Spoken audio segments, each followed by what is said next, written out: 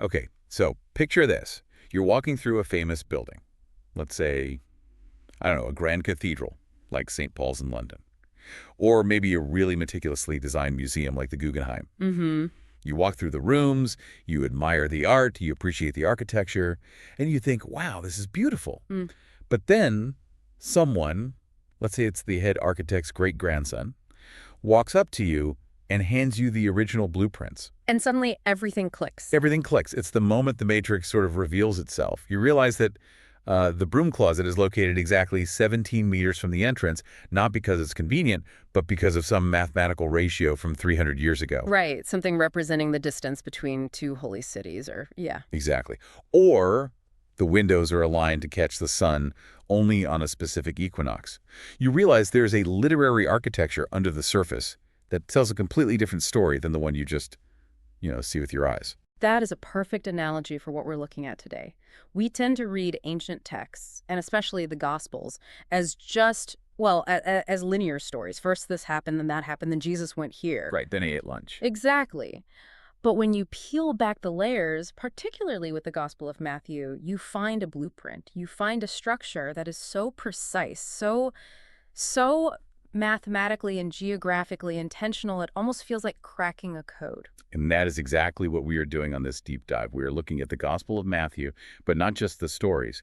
We're looking at the map hidden underneath it. We're exploring a concept called Geographic Chiastic structure. Which I know sounds incredibly dry and academic. It really does. It sounds like something you'd see on a syllabus and, immediately drop the class. It totally does. It sounds like something that would put me straight to sleep in a lecture hall. But the sources we have today, and we're drawing from a synthesis of work by scholars like B.W. Bacon, Peter F. Ellis, Dale Allison, plus this really fascinating new argument about revelation modes. They make this feel like a detective story. We're going to try and show you how the physical settings in the book Mountains, Land, and Sea might actually be a coded map of the Exodus plagues. It's a bold claim. I'll admit, I was skeptical when I first saw the notes for this, but the evidence is, well, it's surprisingly robust. It really changes how you read the whole book. So before we get to the map itself, let's define our terms. We mentioned a chiasm. For anyone listening who hasn't sat through a seminary class or, doesn't spend their weekends decoding ancient Greek poetry, can you unpack that for us? Sure. A chiasm is basically a literary sandwich. It's a symmetrical structure. Imagine a pattern that goes A, B, C, B, A. Okay. The A sections are the bread. They match each other thematically. The B sections are, say, the lettuce. They also match each other. And C is the meat in the middle. So the ends match, the next layer in matches, and it all points to the center. Yeah. Exactly. The ancient writers loved this because they didn't have bold fonts or italics or, subheadings. This structure was their way of focusing your attention. The center is the most important part. It's the pivot point for the whole thing. Okay, so we're looking for a sandwich in the text. But before we can even get to the sandwich, we have to lay the foundation. The sources argue you can't understand Matthew's structure at all unless you understand his absolute obsession with one person. Right. And it's not Jesus. What? Well, it is Jesus, but it's Jesus disguised as someone else. Right. It's Moses. This is the absolute starting point. Matthew opens his book with this sustained, just undeniable effort to show that Jesus is recapitulating, which means literally reliving or redoing the story of Israel, and specifically of Moses. It's just too dense to be accidental. Let's do the rapid-fire parallels here, because when you list them out, it's actually kind of shocking. I want to start with the genealogy. Yeah. Usually when people read the Begath, their eyes just glaze over. It's the part everyone skips, for sure. But if you look closely at Matthew chapter 1, you see a setup. In the Old Testament, you have a patriarch named Jacob, and he has a son named Joseph. And what does that Joseph do? He goes down to Egypt to save his family. Okay, classic Sunday school stuff. We all know that story. Now look at Matthew 1, verse 16. Who do we meet? A man named Jacob, who has a son named Joseph. And what does that Joseph do? He takes his family down to Egypt to save them. Jacob, Joseph, Egypt. It's a complete replay. It's a clear echo. And then there's a reason they go to Egypt. In Exodus, it's to escape danger, but specifically, it's a paranoid ruler killing babies. Yeah. Pharaoh commands that all the Hebrew boys be killed. And in Matthew, King Herod orders the slaughter of all the boys in Bethlehem. It's the exact same narrative beat. You have the tyrants, the threatened throne, the massacre of the innocents. It's a one-for-one parallel. and then the call to leave Egypt. Matthew actually quotes Hosea here saying, "Out of Egypt I called my son." Which is fascinating because that verse in Hosea originally referred to the nation of Israel, but Matthew applies it directly to Jesus. He's explicitly saying Jesus is the true Israel. But get this. Here's the smoking gun. This is the one that convinces me this isn't just some vague vibe Matthew was going for. It's what scholars call the return formula. This is the verbal evidence. I remember seeing this in the comparison notes and thinking, okay, that's a copy-paste. It essentially is. I mean, look at Exodus 4, verse 19. God tells Moses, "Go back to Egypt, for all the men who were seeking your life are dead." Now listen to Matthew 2, verse 20. The angel tells Joseph, "Go to the land of Israel, for those who sought the child's life are dead." It sounds incredibly similar. It's more than similar. If you look at the Greek translation of the Old Testament, the Septuagint, which Matthew would have been reading, and you compare it to his Greek, it is almost verbatim. He literally took the sentence from Exodus and dropped it into his gospel. The only changes are Egypt to Israel and your life to the child's life. He is waving a huge flag here, basically screaming, "Do you see it? This is the new Moses." Precisely. It's a literary hyperlink. He wants you to click it. And the parallel continues right into the wilderness. Israel spent 40 years in the wilderness. And did they pass the test? Not at all. Yeah. No, they complained. They built a golden calf. They wanted to go back to Egypt. It was a total failure. A total failure. Right. Now Jesus goes into the wilderness. He fasts for 40 days, matching the 40 years, and he succeeds. But the amazing part is how he succeeds. When the devil tempts him, Jesus quotes scripture 3 times. Right. Man shall not live by bread alone. Do not put the Lord your God to the test, and worship the Lord your God and serve him only. But have you ever checked the references? Where are those quotes from? They're from the Old Testament. Deuteronomy, I think, somewhere in there. They are specifically from Deuteronomy chapters 6 through 8. Every single one. Just those 3 chapters. Exclusively. And why does that matter? Because Deuteronomy 6 through 8 is the narrative of Israel's failure in the wilderness. It's Moses recounting how they messed everything up. So when Jesus is tempted to turn stones to bread, he quotes the verse about the manna that Israel complained about. Wow. He is quoting the very rules Israel broke, and in doing so, he is effectively saying, I am rewriting this history. Where they failed, I succeed. That gives me chills. It's like he's going back in time to fix the timeline. Okay, so the foundation is absolutely set. Jesus is the new Moses. Old Israel failed to be a blessing to the nations. Jesus, the new Moses, ends his story by saying, go and make disciples of all nations. Correct. So once you accept that Matthew is building this incredibly detailed new Moses typology, you have to ask yourself, what is Moses most famous for? Given the law, the 10 Commandments, the Pentateuch, the first 5 books of the Bible. Exactly. And this brings us to the second layer of our blueprint.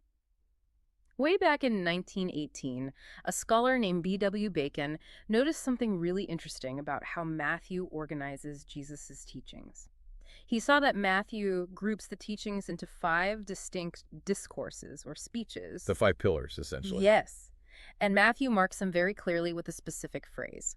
At the end of each one of these big speeches, almost like a bell ringing or curtain falling, the text says, and when Jesus had finished these words. Like a chapter marker in a book. It is a very deliberate one, and there are exactly 5 of them. You have the Sermon on the Mount in chapters 5 through 7, then the Mission Discourse in chapter 10, the Parable Discourse in chapter 13, the Community Discourse in chapter 18, and finally the Olivet Discourse in chapters 23 to 25. 5 major speeches. And Bacon's argument was that this structure mimics the 5 books of Moses. Jesus is providing the new law in 5 parts. He is the new lawgiver. Okay, so we've got the 5 speeches, but this is where the hidden map part really comes in. This is the part that just blew my mind when I was reading the source material for this. It's not just that there are 5 speeches. It's where they happen geographically. And this is where we get to stand on the shoulders of scholars like Peter F. Ellis and Gary Derrickson.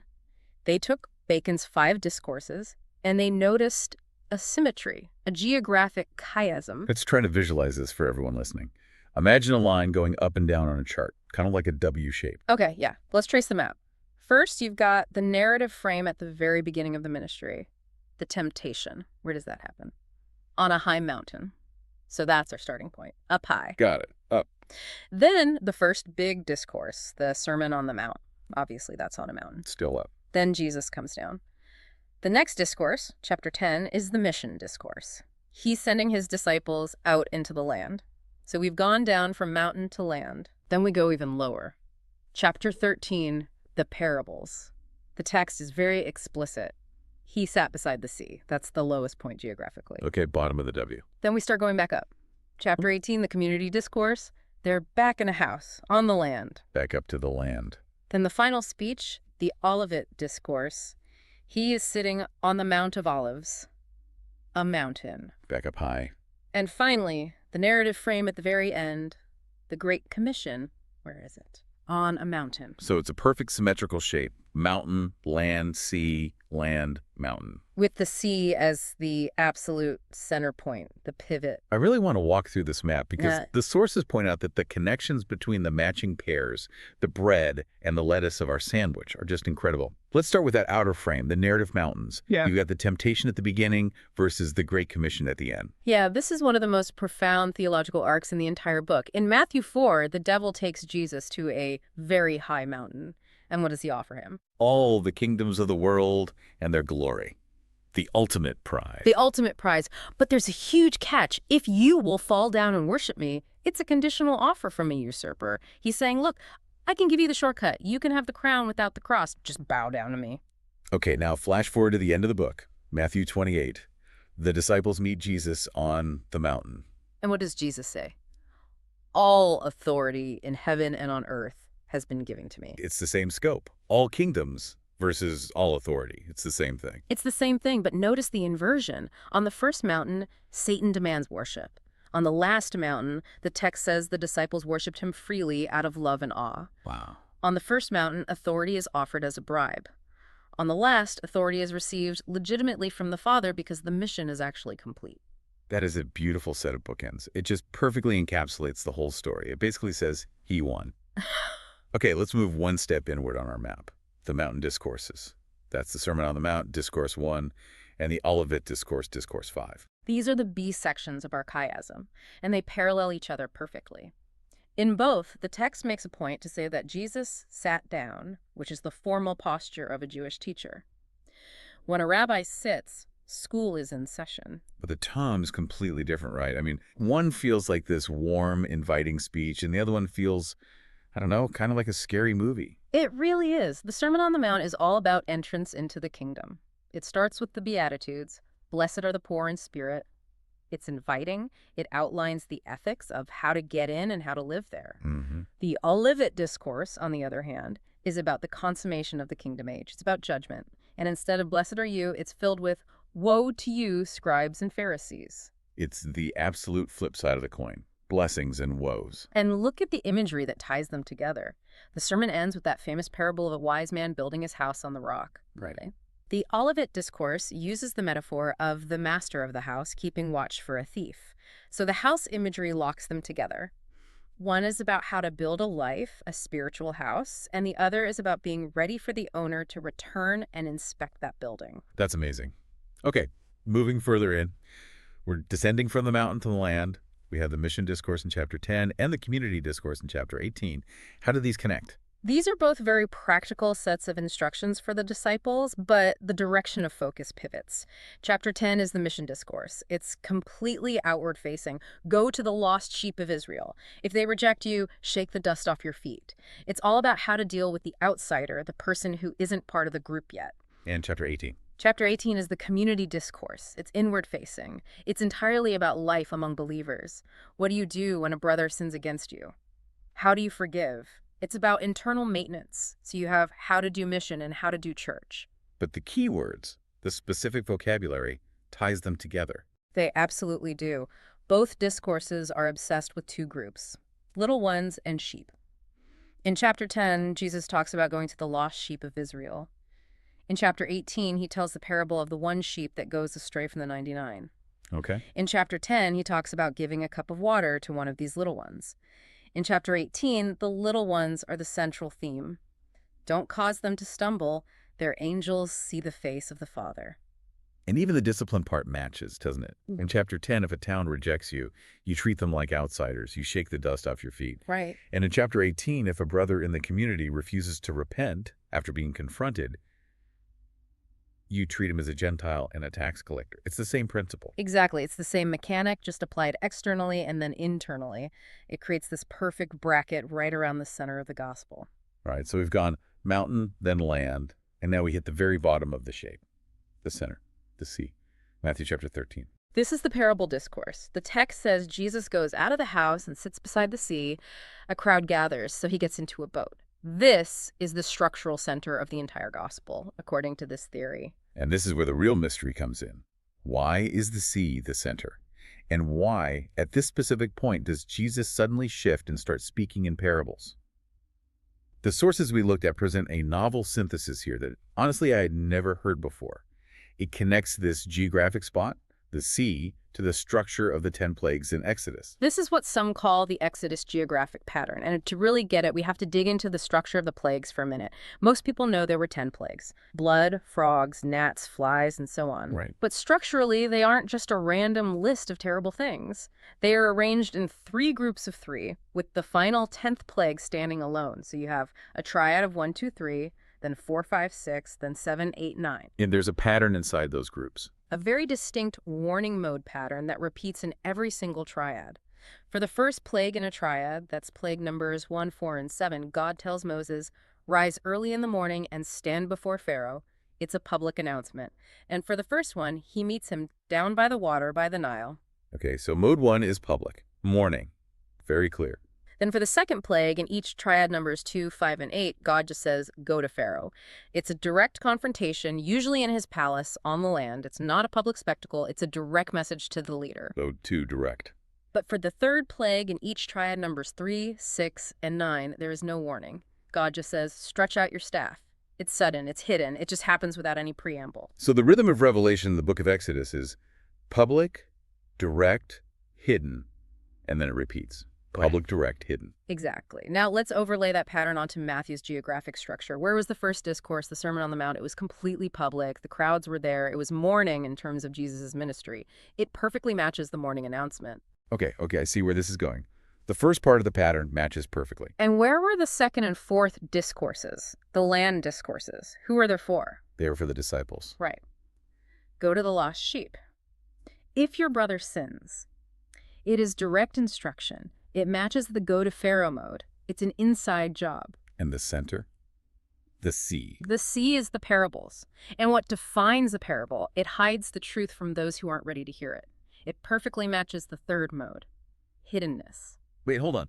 Does the text actually support that? Is Jesus really trying to be hidden at the sea? I mean, I always grew up thinking parables were like illustrations in a sermon. They were meant to make things easier to understand. You know, the kingdom is like a mustard seed. That helps me visualize it. That is the common Sunday school view, for sure. Yeah. But if you actually read the text, it says the exact opposite. In Matthew 13, verse 10, right there at the sea, the disciples come to him and they ask, "Why do you speak to them in parables?" They're confused. They're basically asking, "Why are you suddenly being so cryptic?" And what does Jesus say? He says, and this is crucial, "To you it has been given to know the secrets of the kingdom of heaven, but to them it has not been given." Wow. This is the moment of separation. This is the moment of intentional hiddenness. Just like the third plague in the series comes without warning, the parables come without explanation to the crowds. He is deliberately veiling the truth from the masses. That is fascinating. So Matthew isn't just, throwing speeches onto a page. He's actually organizing the flow of information to match the way God dealt with Egypt. You have the public warning, the direct engagement, and then this kind of judgment through hiddenness. And it gets even deeper. The sources highlight some really specific linguistic evidence that proves this connection to Exodus isn't just our imagination. There are 3 specific themes that crash together right here at the sea, at the center of the gospel. Okay, unpack those themes for me. Theme 1 is the heavy heart. In the book of Exodus, the defining characteristic of Pharaoh is that his heart was hardened or heavy. The Hebrew word is kabod. It means heavy, dull, unresponsive. Right. Pharaoh hardened his heart. Exactly. Now, in Matthew 13, right after explaining why he uses parables, Jesus quotes Isaiah chapter 6. And he says, "For this people's heart has grown dull." Grown dull. That sounds a lot like kabod. It matches perfectly. In fact, if you look at the Greek version of Isaiah that Matthew is quoting, the word used for grown dull literally means to make thick or to make heavy. He is using Pharaoh language. So he's using the language of Pharaoh to describe the crowds listening to him from the shore. That's exactly what he's doing. He is identifying the crowds who don't understand the parables as the new Egypt. Their hearts are heavy. They are seeing the miracles, but they just aren't getting it. That is so intense. Okay, what's the second theme? Theme 2 is distinction. In Exodus chapter 8, God says, I will make a distinction between my people and your people. He separates the land of Goshen, where the Israelites lived, from the rest of Egypt. The plagues stop hitting Goshen. Right, the separation. Now, in Matthew 13, what does Jesus do? He makes the ultimate distinction. To you it is given, but to them it is not. The parables themselves are the separating mechanism. They're like a verbal Red Sea. If you have ears to hear, you cross over into understanding. If you don't, you kind of drown in the confusion. That puts a whole new spin on the parable of the sower. It's not just a nice story about farming. It's a test. It's a filter. It's actively sorting the room. Correct. And the third theme is simply hiddenness. As we said, the third plague in each series comes with no warning. It's hidden. In Matthew 13, verse 35, Jesus says, I will utter what has been hidden since the foundation of the world. The Greek word there is crypto, where we get cryptic. And he uses the word mysteria, the secrets of the kingdom. So you have hardening, distinction, and hiddenness, all clustering exactly at the geographic center of the gospel. It's a convergence. I mean, it's too much to be a coincidence. If you just had a mountain and a sea, okay, maybe it's a coincidence. But when you have the five-part structure, the chiasm, the matching themes between the pairs, and the specific vocabulary of Exodus appearing at the exact pivot point, it becomes a deliberate architectural plan. So let's zoom out for a minute. We've been really deep in the weeds of, Greek verbs and geographic chiasms.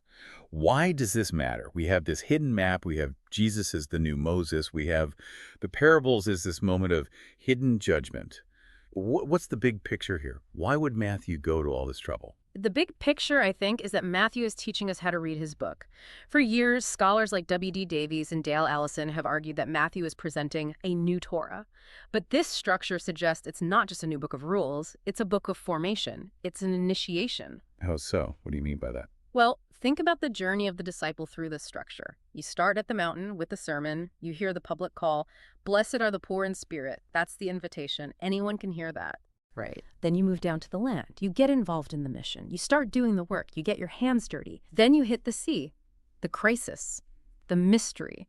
And you have to decide, do I understand this? Am I an insider, or am I just here for the free bread and the healings? That's the test. That's the test. And if you pass the test of the sea, you move back to the land, which is the community discourse. Now you learn how to live with other believers.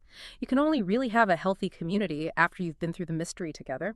And finally, you ascend the last mountain for the commission. You receive authority. The structure isn't just art. It's a discipleship pathway.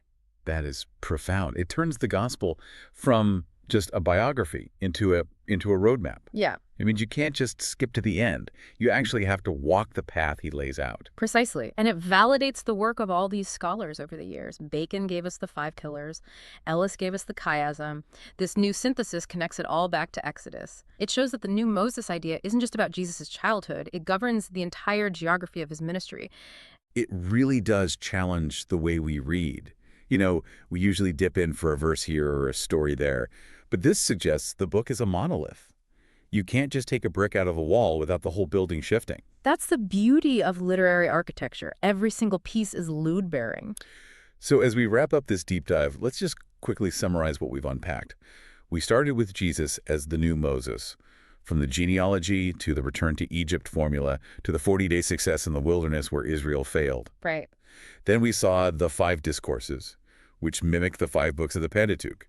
Then we layered on the geographic chiasm, that perfect mountain, land, sea, land, mountain map. And finally, the Exodus decoder, the revelation that the locations of these speeches actually match the warning modes of the 10 plagues, public, direct, and hidden. Leading to that central critical moment at the sea where the heavy hearts are separated from the disciples. It is a lot to take in, but it makes the text feel so much richer, so much more alive. It does. It reminds us that these texts were written by geniuses. I mean, meditative, inspired geniuses who crafted every word and every setting with an incredible amount of intent.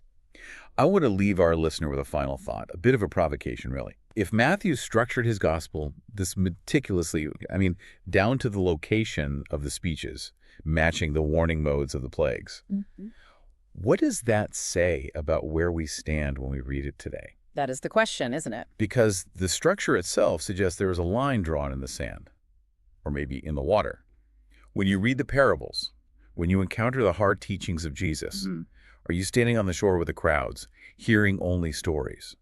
Or are you in the boat with the disciples, getting the explanation? Hmm. Matthew seems to have built his entire book to force that question on us. Are we in Egypt, seeing the plagues but not really understanding, or are we in Goshen, where there's light? The map forces you to locate yourself. You can't just be a passive spectator. Exactly. The map isn't just a map of ancient Israel. It's a map of the listener's heart. Thanks for taking this journey with us. We'll see you in the next